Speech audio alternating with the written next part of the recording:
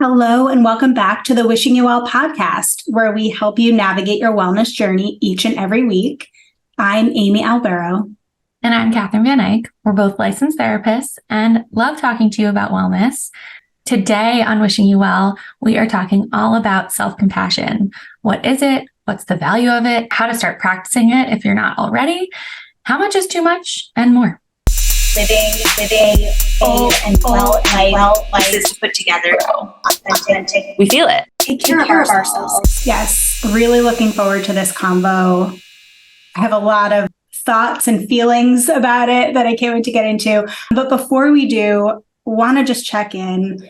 Catherine, how are you? How you doing? How's your self-care? My self-care. Okay, so I think I told you. Oh no, actually, hang on. So I have had this new morning routine that's been like really cool, and I really like it, and I really want to stick with it. And I don't know how I started it other than like, I think I was feeling like I wasn't getting outside enough and like was just like feeling all stuffed up during the day. And then because it gets really hot and gross, and then I like definitely don't want to go outside. So in the mornings, I've been taking whatever morning beverage I'm having, whether I'm drinking some celery juice or coffee or whatever, water. And I have this lounge chair right downstairs outside my apartment. So I go out and I sit on that, and then I drink whatever I'm drinking. And I started reading this book, and this book it's just my morning book, and it's like a learning book. And actually, do I have it right here? Hang on. This is it. If you're watching, wishing you well right now, not listening. It's called Yamas and Niyamas. And I don't know if you've heard of this or this concept. You have? Mm-hmm. Okay, so I hadn't, and I don't know anything about the practice of yoga other than the movement part. And one of my friends told me all about the ethical practices behind yoga too, and like how much it can be this spiritual guide for you. And seems really interesting. So I was really intrigued. So I've been taking apart this book like little by little every morning, where I just read like a tiny little section, maybe for like 10 minutes, and then highlight a bunch of things that are sticking out to me. And it's just really peaceful. And I'm just sitting out there learning this little part about, how to live your life and living a nice little morning. So that's been my self-care recently, and it's been lovely. That sounds really nice. Yes. I love that you have like a morning book, like, because that really makes it so much more like part of the ritual and like makes it a little bit more sacred. Well, okay. That's actually how it started. So when I got this book, I typically read right before I go to sleep. So I went to go read it, and I was like, whoa. There's a lot to take in here. And I'm really tired. I'm not gonna comprehend this in the slightest. I need a different book for nighttime where it's just like some fiction nonsense. So so that's when I was like, okay, I need to like set aside some time in the morning to read this. And so that's how that became my morning book. Oh, I love that. I've been in such a reading slump. And so between you saying that, and I was just chatting with a friend yesterday that was like asking me for book recommendations. And I was like going through all the books that I read over the last year. And it's like, wow, I read a lot I haven't read in a while. And it made me excited to want to read again. So maybe this is like another little tap that is encouraging me to get back into it. Good. So if you're not reading as part of your self-care, what are you doing? How is it going? I'm struggling with self-care right now. And that's why this episode is sort of timely, because I'm not feeling that great physically, not feeling that great in my body, just like not feeling that great about myself. So I'm definitely uncomfy, just like mentally and physically, in a way that I haven't, not to say I haven't been feeling this way in a while is a lie. I feel like I've been feeling this way for a really long time, but it kind of waxes and wanes. But I was just going to say, it seemed like you've had like a long stretch where you had been feeling really good about you and just physically in general. Yeah. So I've taken another little dip, and it's really like I'm trying with every like bout of like this like physical flare up that's happening. I'm like trying to like quote unquote trust the process a little bit more and like really see it as like my body's trying to tell me something, all of that stuff. But what typically gets me away from that is like, for example, well, this actually ties into my self-care, but as an example, is the way that I feel in my clothing and just things feeling physically uncomfortable as like I'm dealing with all of these kind of gut and digestive issues.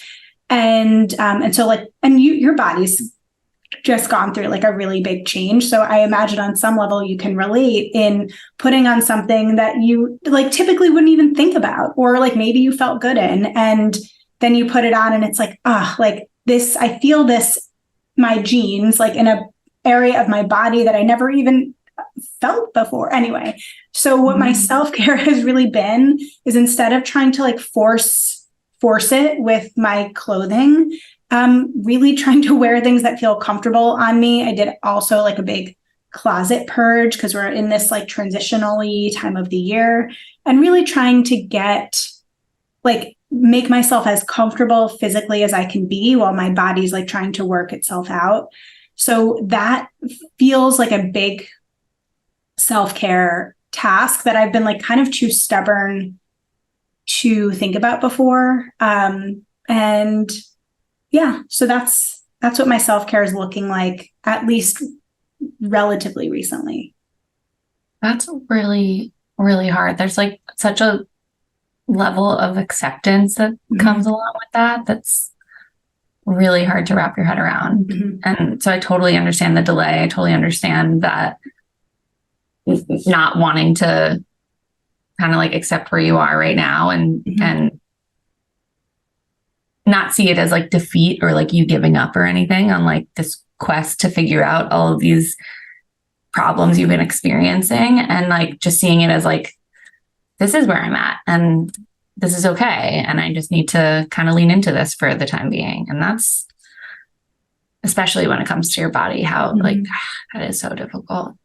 Yeah. Yeah. It's not been easy, but it's been easier than like what I've been putting myself through mentally in like this critical self-talk of like, this doesn't look the way that I want it to, or this doesn't feel the way in my body that it used to. Like I'm comparing myself now to myself, a year ago or something like that.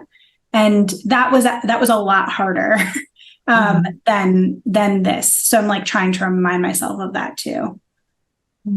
So I can't help but think about that Eat, Pray, Love scene when Julia Roberts just tells her friend to buy bigger jeans. Like she's clearly in a different spot than where her friend is and feeling like confident in all these other areas of her life and just feeling like I'm going to do what I want and I'm going to eat what I want and I'm going to like feel how I want and everything's okay. And maybe in the scene and for movie's sake, like the friend was like, "You're right." But like, that's not how it happens. It's so much more complicated than that. Yes, so much more complicated. Like I said, it's been like a while of like, nope, I'm just gonna like try to make it work. And finally, I was like, all right, it's not working. It's making it harder than it needs to be. And I'm feeling so much more physically comfortable has helped tremendously. So it's like, okay, I'm here, I've got it. But yeah, it's not been easy. But as I said, like this episode today feels really timely because there is self-compassion involved, or like building a practice of self-compassion that's been involved for me through this process specifically over, as I deal with all of my like nutrition body stuff. So looking forward to chatting about it in depth. Okay. So now that we've kind of like talked around self-compassion, let's get into it. Let's start off by talking about what self-compassion even is. Like how is it defined? Simply, it's just being kind to yourself, especially in times of times where you feel like you've failed or times that you feel inadequate. Yeah, it's just like being nice to yourself, not being an asshole. Mm-hmm, mm-hmm. Yes. Yeah. I mean, and it's so interesting because as you're saying, like, it's relatively simple as an idea that, yeah, it's being kind to yourself. It's being, I mean, compassion's in the word, right? Like it's being compassionate for yourself, especially when you're going through a difficult time, when there's suffering involved, that you're kind of warm and caring to yourself, that you kind of want to extend grace or help to yourself when there's suffering, and that you have understanding to yourself when you're going through a difficult time rather than judgment. Oh, that's a big add to that. Mm-hmm. Mm-hmm. That you're doing, you're being kind to yourself. You're being warm and comforting, as opposed to looking at whatever you're doing and with some side eye and with some eye rolls and yes, some angry emojis. Right. Or even the like should that can get involved, especially when we're going through something difficult. Like, this shouldn't be that hard. Or even, with my self-care check-in, I had kind of shared my difficulty with, my clothing. Like, I should be able to fit into this, or I should be able to figure this out already. Like, that's not very kind or compassionate. And that's very judgmental. And it is one of the like three main elements of self-compassion, to have self-kindness rather than self-judgment. I mean, it's also like kind of goes hand in hand with self-love. Like, practicing self-compassion leads you to self-love. Like, mm-hmm. it's an avenue to that. Mm-hmm. Yes, for sure. And, the thing that I really like about, there are three main elements of self-compassion, and the self-kindness is the first one. And the thing that I really like about it is it's such I'm going to use the word graceful again, but like graceful way to think about yourself, like as a human, to recognize that people are not perfect, like that failing is a part of life, and that there are difficulties in life. Like it's holding that to be true, just a part of living. And so with self-kindness, rather than self-judgment, it's understanding that you're going to go through challenges, that things are going to get difficult. And so being gentle with yourself is the only way through, rather than being judgmental and beating yourself up for when a difficult thing happens. Again, the difficulties are inevitable. The suffering is inevitable. We're going to fail. We're going to maybe fall short of our goals. Like, that's just part of it. We're not going to get it right every time. And that's such a judgmental, almost perfectionistic way to think about yourself. It's so unfair, where the self-kindness is a lot more forgiving. There's a lot more acceptance of reality. And with that, it allows for kindness and understanding and learning and growing, rather than like the self-judgment piece. Yeah. And as you're saying this, it's making me think about, I mean, certainly a lot of the work that I do, I know for sure a lot of the work that you do with your clients, that a lot of them are looking for that in coming to therapy. And they're looking for that and wondering why it's not present in their life, maybe from other people. Mm-hmm. And part of that therapeutic process is sometimes like when this comes up, is the self-compassion piece. And so often people are thinking that they need to get it elsewhere, mm-hmm. and that that's more important. And that if they're getting it elsewhere, then they'll feel differently. But then a lot of the times people will get that, like they'll get validated from somebody else. But if you're not validating yourself, you're missing so much of that work and so much of that value. Mm-hmm. Mm-hmm. Yeah, that's such a good point. And, it's not to say that we can't also enjoy getting that from elsewhere, right? But like, if that's the only source of, compassion or validation or affirmation, like it's not sustainable. Like we're going to like always be kind of hungry for it. Yeah. Well, and so much of the time, if other people are validating you, other people are giving you compassion, if you're not doing that for you, you're denying it. Like you're rejecting that compassion because you don't believe it. Mm-hmm. If you're not practicing it, it's like holding up this shield. Like, no, you don't know what you're talking about. I am a failure. I do suck at this. Like I am a bad person, or I did this bad thing and I can't forgive myself. And you're just denying yourself of that. Like you're putting up this self-compassion wall bubble that says like, nope, I'm going to reject all that you have to say about me because it's not true. Yeah, that's, such a good point, right? Like if you're not already in the practice of self-compassion, and you're only kind of looking for it outwardly, then yeah, you're right. Like it probably is not going to stick or feel true or honest if you don't if you don't already know how to internalize that a little bit. You're really, really right. Like they do go hand in hand. Of course, if you're being more understanding and forgiving and compassionate with yourself, it will be easier to internalize that when someone else extends that to you as well. I did just want to reference the other two elements of self-compassion that are part of the definition. The second is something that I alluded to before, which is common humanity rather than isolation. And again, it's this idea that as human beings, we all suffer, that we are not the only one that makes mistakes. We are not the only person that, bad or challenging things happen to. That self-compassion is really about recognizing that suffering and personal inadequacy is part of just the shared experience of being a human. And if you think about it, when, like you had said at the beginning, just in kind of generalizing the idea of compassion, when we think about extending compassion to other people, it's so much easier for us to think like, oh, you made a mistake. That's okay. Mistakes happen. Like that we can hold that reality of like, yeah, this is a part of life. Like this happens. It's okay.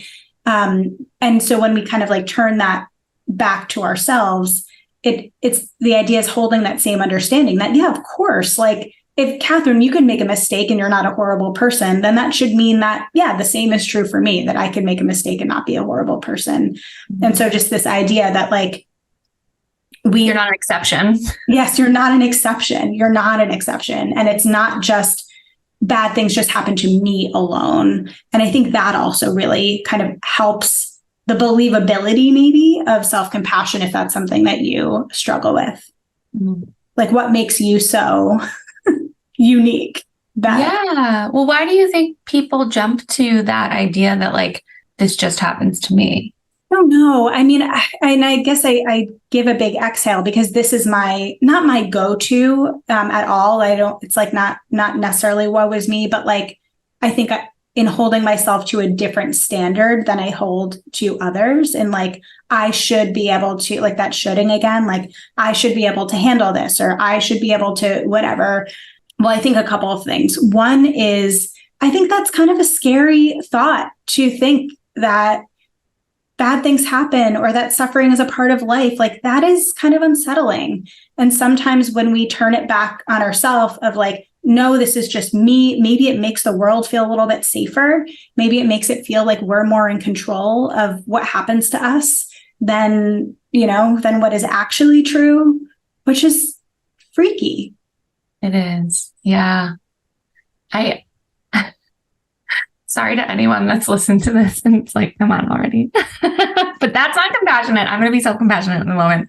I was definitely not feeling or practicing any self-compassion when I got this pregnancy rash and was like, I don't understand why this is happening to me. Like, I am so healthy. I eat right. I'm like doing all these good things for me, my body, my baby.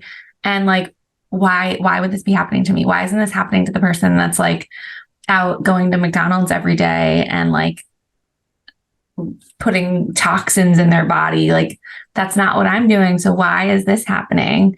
And so so as you're saying that, I'm like, oh my God, I was so mean. I was just like not giving myself this grace, not giving myself this level of comfort. Like, this just happens. And just because you're doing, you know, X, Y, and Z doesn't mean that like you have all the control in the world to make everything go smoothly and everything go perfectly and for you to feel like amazing. Right. Right. Not nice to face. No, it's not. And, you know, I think, you know, when we talked about anxiety many episodes back, like this conversation we're having now is reminding me of that conversation then. Like, there is something about that, you know, bad things just happen to me mindset. I think that feels like it's serving us in the moment, whether that's subconsciously or not, to like, well, if it's just me, then I can handle it or whatever. But the more that we maybe practice that belief structure, the more it feeds this idea of like, no, like, there must be something wrong with me or with my life or whatever. If these bad things continue to happen, like it validates this like unhelpful and untrue idea. Yeah. I mean, you just made a circle with your, with your fingers, and like it puts you in this negative thought cycle, like that then starts making all these other things like seem so true. Like, once you put yourself into that, it's so hard to get yourself out of, to then break it and start this new positive cycle. But you're just like stuck in this other one that's saying all these unkind things.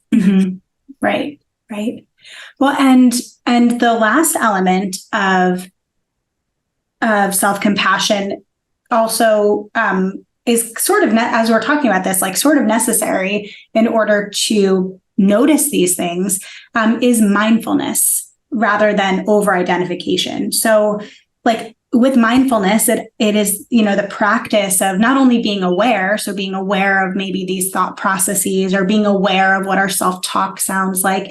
But mindfulness also is, by its very nature, the practice of being non-judgmental and simply observing what's going on around you in a non-judgmental way, and observing internally what's going on regarding your thoughts and feelings without trying to necessarily shut them down, judge them, suppress them. So we can't necessarily be like, have this more accepting view around humanity or have this self-kindness practice if we're not being mindful, if we're not already aware that that is a part of maybe the way that we are viewing the world. So mindfulness and self-compassion really go hand in hand. I'm thinking of like any mindfulness practice that I've ever done, and how much of that, all the guided ones anyway, that like the ones that are telling you to, oh, like your thoughts might have just drifted away, and that's okay. Just come back to this and focus here. And if it drifts again, that's fine. And it's like putting you through that reminder of like, okay, bring me back into the moment. And that compassion in the mindfulness practice of like, hey, we know that your mind is doing a lot of things, and that's okay. We want to redirect it over here, and when it goes away, okay, like just bring it back, and it's not a big deal. Like, it's just like a human. You have an active mind. Of course, it's going to wander. Yeah. No, that's so true. Yeah, mindfulness is such a great way to like build a self-compassion muscle for sure. And it's nice to know that not one has to happen before the other. That like it's intertwined, and one can be practiced to lead to the other. Nice. At least it's nice to hear from me, because I struggle with that.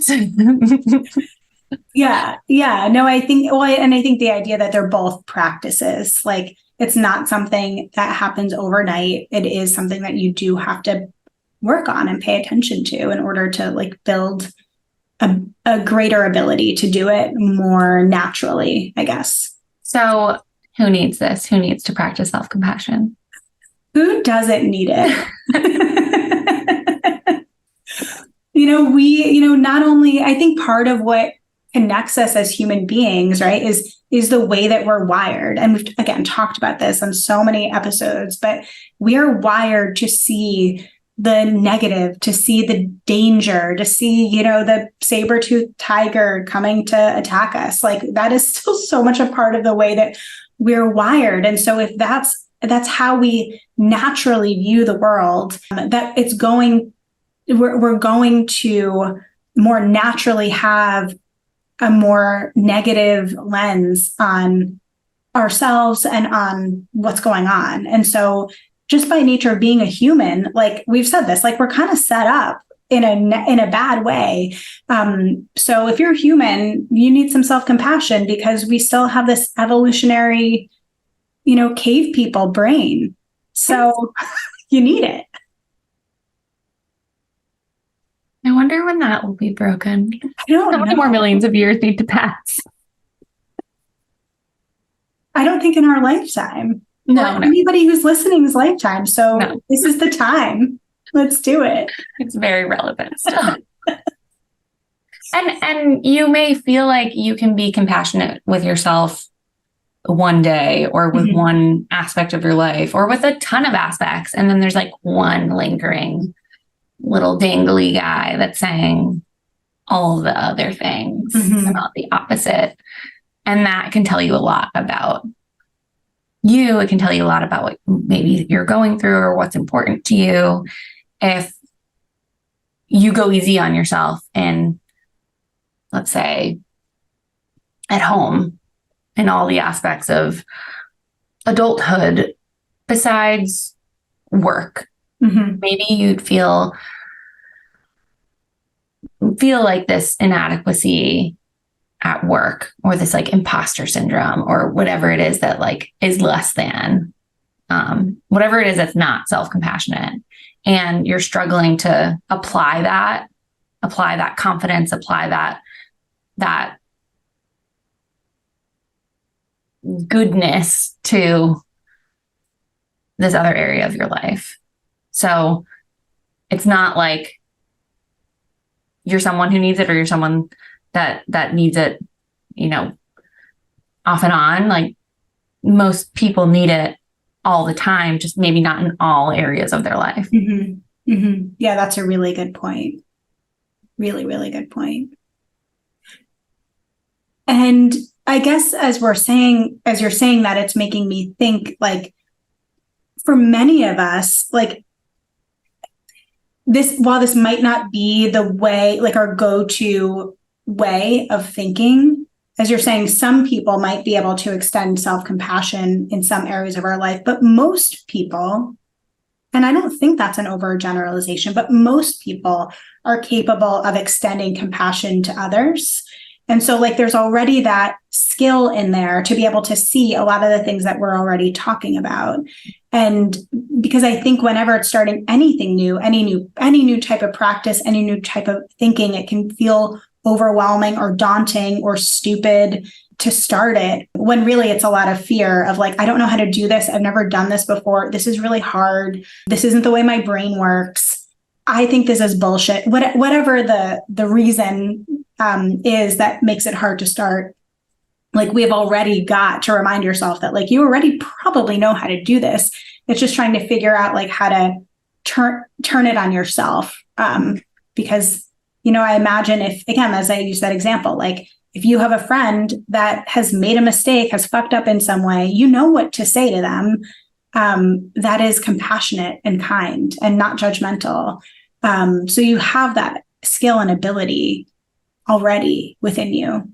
I think you bring up a good point though about people feeling hesitant or silly or like afraid to even dip their toes in, or like not even afraid, just like don't see the point, kind of just have this scowl when it comes to self-compassion. And why do you think that is? Why do you think people have that outlook on this practice? I'm one of those people. And I have to be honest, Yeah. and and this is something that I talk a lot about with my therapist, because we both agree that self-compassion would be helpful. But I think, and I know that this is not unique to me, because I have worked with many clients that are this way too, have a similar mindset, where there's this idea or this worry that like, if we're compassionate to ourselves, like that might be a little bit too indulgent in some way, that we believe maybe that the inner critic or the, or the sometimes inner bully is the thing that pushes you forward, like pushes you through hard times, pushes you towards success, and to like maybe take your foot off the gas, and is synonymous with being self-compassionate. And so if I give that up and give into self-compassion, then like it all falls apart. It's like a house of cards. Like it all is going to fall apart if I am nice to myself, which sounds absurd. It's like an identity. Mm-hmm. Mm-hmm. And like this is what fuels my way of thinking. And if this fuels my way of thinking, this is what fuels my behavior. And if this fuels my behavior, like this is what fuels my success. So I must keep doing this. Yeah. I mean, I imagine you work with people that are like not first in line to get on the self-compassion train. Like, what do you notice about what like keeps people from buying in or starting a practice of self-compassion? A lot of the times it's just this belief system around kind of like what you're saying, like I think this way, and if I don't think this way, I don't know what's going to happen. And like it kind of comes back to uncertainty. Like at the very least, if I keep doing what I'm doing, even though I'm dissatisfied or I'm unhappy or I'm uncomfortable, at the very least, at least I know what I'm getting out of it, as opposed to jumping on the self-compassion train and not knowing where it's going to go. Mm-hmm. Or thinking, yeah, exactly what you said also. If I do get on it, then I'm going to turn into this completely different person. And that person, I don't like that person because they're polar opposites to who I know me to be. Mm-hmm. And that's scary too. Mm-hmm. Mm-hmm. Yes. Well, and I do think there is this misnomer that self-compassion and complacency are similar or they're the same. And I think that also is what kind of freaks people out about this as a concept, as an idea. Yeah. Yeah. But I do think that there is another side of this. And I know we've talked about this offline, or just even as a group of therapists. We've often wondered, like, okay, so we're saying give yourself more grace than you're doing. But is there such a thing as too much grace? And I think my clients have wondered that too. Mm-hmm. Yeah. Or sometimes I've wondered that about my clients, honestly. I've wondered that about myself. Yeah. Oh, of course. Yeah. Like if I keep doing this, like, does this mean like am I, okay, like a self-compassion practice that could be like, I'm really tired and I'm going to accept that and I'm going to veg out on the couch for a while and let myself do that. And because I need it. I need to refuel. I need to recharge. Like, when does that become laziness? When does that become like a moment of like, I've crossed this line into I don't want to do anything mode and never want to do anything ever again mode. Mm-hmm, mm-hmm, mm-hmm. Yeah. Yeah. Well, I feel like there was an episode where we're doing a self-care check-in, and I had said to you, and we might have had a guest, I have to go back and really think about it, but I had been sharing that I had stopped doing my like kind of regularly routine morning movement. And that's like for the last 12 years been like the way that I start my day is with some form of exercise. And then with all of this health stuff going on, I've like started from a compassionate lens of I'm going to listen to my body, and my body like really doesn't want to, can't, whatever, is too tired. And so I'm just going to kind of go with it. And it had gone on for an extended period. And I had said here, like, I think I realized I gave myself a little too much grace. And so I had to give myself a little tough love and just resume again. And I feel like for me, the question that I asked myself was like, is this still serving me? For a while, the answer was yes, the lack of movement. Yes, it was still serving me. It felt good to rest my body. It felt good to be more intuitive. But when I started to like have a hard time answering that question of like, I'm not sure, or like it might serve me in this moment, but like the way movement affects my mentality, mental health, emotional well-being is not being served. And so I think that's also just a really good way to check in to figure out if you've crossed that line, to kind of be giving too much grace. Is this still serving me? To still check in with yourself, to check in on your feelings, to honor those feelings, and make a move if you have to. No pun intended there. If you had that checkpoint, or like when you had that sense to ask yourself, is this still serving me? What would have been a yes?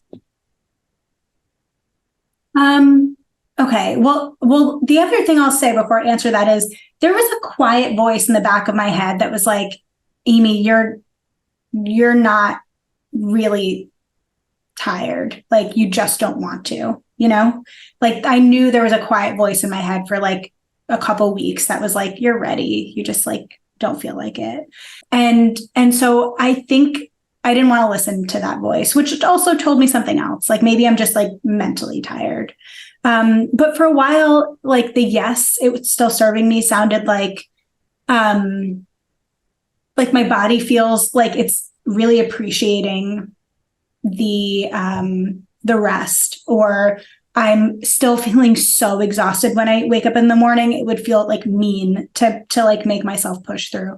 Like it was like if I were to, it felt a lot like it would have to be a pushing through. It would be more from like a judgmental or critical place of getting myself to not rest, basically. So that's when it was like, no, it is still serving me, because the other side of this sounds mean, like sounds like I'm punishing myself, if that makes sense. Well, I also wonder if you had found a different space in your day or in your routine where it did fit in. So it wasn't something that like you were taking out of the equation completely, but just reorganizing and like still giving yourself that grace in the morning. Like maybe this just wasn't a morning thing for me. Mm-hmm. Maybe this is the time that I need to rest. Maybe this is the time that I need to give myself that compassion. And later on, as long as I'm still doing it, then I'm satisfied. Like I'm okay with that. So to like not be all or nothing about it. Yeah. It's either now or never. But I think that I bring that up because it's like, honestly, Catherine, that never occurred to me. Well, it's also like not easy. Like you kind of have to like get on with your day. So I get it. But I tend to be in a gray is like another practice for me. So I do tend to be all or nothing. And I guess I bring that up because I know I'm not unique in that. But I think even the idea that it's like, okay, maybe it's not in the morning, maybe it's a different time of the day. That's also self-compassionate too, right? Mm-hmm. Like it's true. Like opening the window, like beyond like between 5 and 7 a.m. Like it's like, maybe it's, I don't know, a walk around the block at lunchtime. So I think self-compassion is also about being adaptable and being flexible and not, again, like having to fit in this particular box. So I think you illustrate such a great point about what self-compassion actually is. Well, I mean, I get I get the temptation to keep that rule and to keep that rigidity because one, like it was with you for so long and like there was something serving you about this routine to be able to just get it done, check it off. You were clearly feeling something from it, or like maybe you are now as you like put it back into your routine, or I don't know, have you put it back into your morning? Okay. So as you put it back into your morning routine, then like clearly there's something there about it that feels good, but then also checking in with like, am I still missing something here? Am I still, so like maybe is it still serving me? And if it's no, this is no longer serving me, I feel like I'm slipping into this other realm of too much grace, of too much slack. So I'm going to put it back in. Then kind of opposite to what I was saying before. Okay. Are there other times in my day? Are there other times in my routine where I can offer myself this compassion? So I'm not now black and white thinking of like, all right, well, now that I put this back in, now all the self-compassion's gone to shit. Right. Well, and I think the rigidity piece is huge here. Because as you said, it's now back in my day. It doesn't look the same as it did before, like where I might be following like a really strict like regimen and routine. Most days I do that, but then I'm thinking about Friday, I woke up, I felt like garbage and I still wanted to move my body. And I did something maybe lower impact or like more gentle movement and was like, helped myself be okay with that, not was self-compassionate.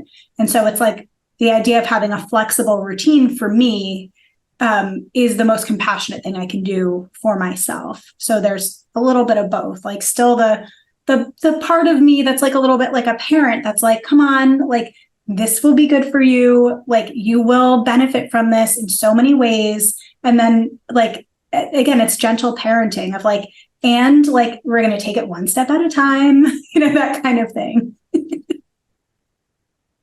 Parenting yourself. Nice. Yes. I guess we have to do that. Yes. So we're saying that too much self-compassion can be a thing because it can bring us into a space that is no longer serving us. And I love that you asked that question. And I think that that's a great way to pull you back into like, what's even the point of this? What am I doing here? And it brings that intentionality, that mindfulness back into the routine and back into whatever it is that you might be falling off from or slipping into. Yeah, right. And so, I mean, if someone is kind of like newer to self-compassion or wants to explore some of the benefits of self-compassion, do you have any like tips for like maybe small things that they can do to get started? I'm not prepared for this. Putting on the spot.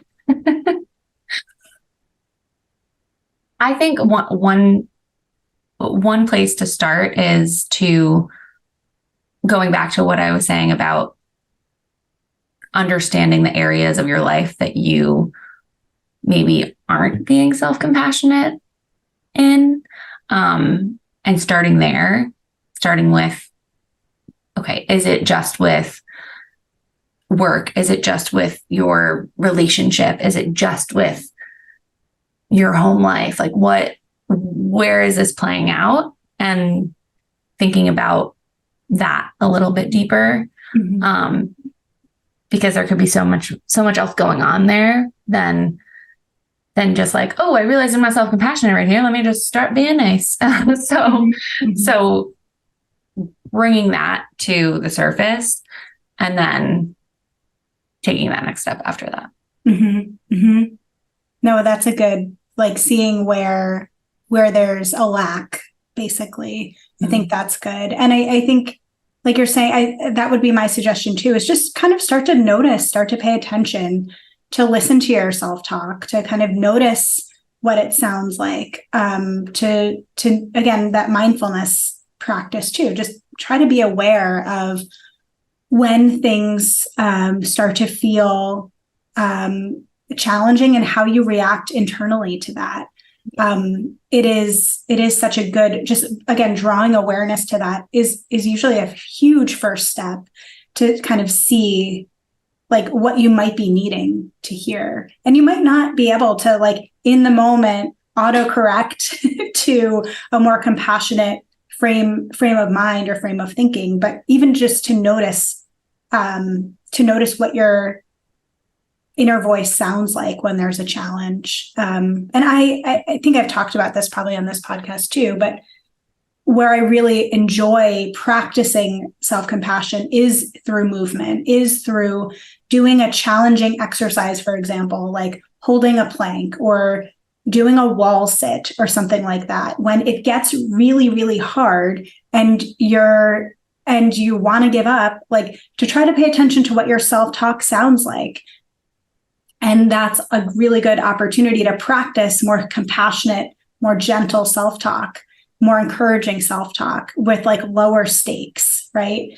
And so that's a fun way, maybe it's not fun, but a tactical way to kind of build that muscle, again, when there's lower stakes around things. That's such a good idea. Yeah.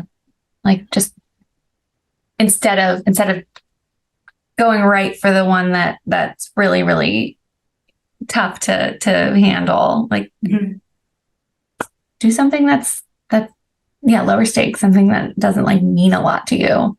Yeah. And I like that idea. I mean, do something physical, do something like a plank, like a wall sit. Yeah. There's a lot of self-talk that goes into like, I can't do this anymore. I can't to like I can hang on for 10 more seconds. I can do anything for 10 seconds. And right. Yes.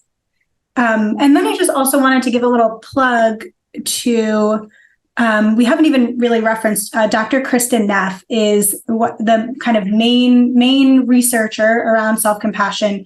She's written a wonderful book, great follow on social media. She also, if you're watching us on YouTube, I'm holding it up, wrote along with Christopher Germer, the Mindful Self-Compassion Workbook. And this is something I've definitely thumbed through, done some of my own practices around. It's like, if you're a person that like likes homework, like likes doing things, likes to journal, like anything like that, it's a really good way to get going. And they tackle like every rebuttal you might have for self-compassion. They've got ways to learn more about that and to practice that. So I recommend that as well if you're wanting to get started, really dig in. We'll put a link to finding that in the show notes. Cool. Okay. Well, thank you for listening. As we've said, like probably a zillion times, we know that this is only like the tip of the iceberg when it comes to this really big and important concept, self-compassion. So if there are specific things that you want us to go into a little bit more, please let us know. You can email us at wishingyouvell@revivecfw.com for any topic suggestions in general, but specifically around this. But thank you. Thank you for listening. We hope this was helpful.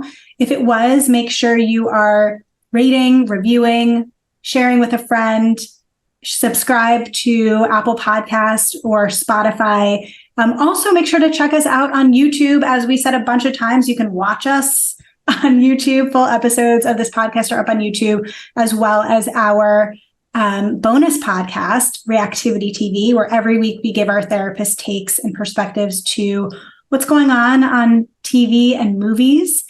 So go check that out, Revive Center for Wellness on YouTube. You can also follow us on Instagram, Revive CFW.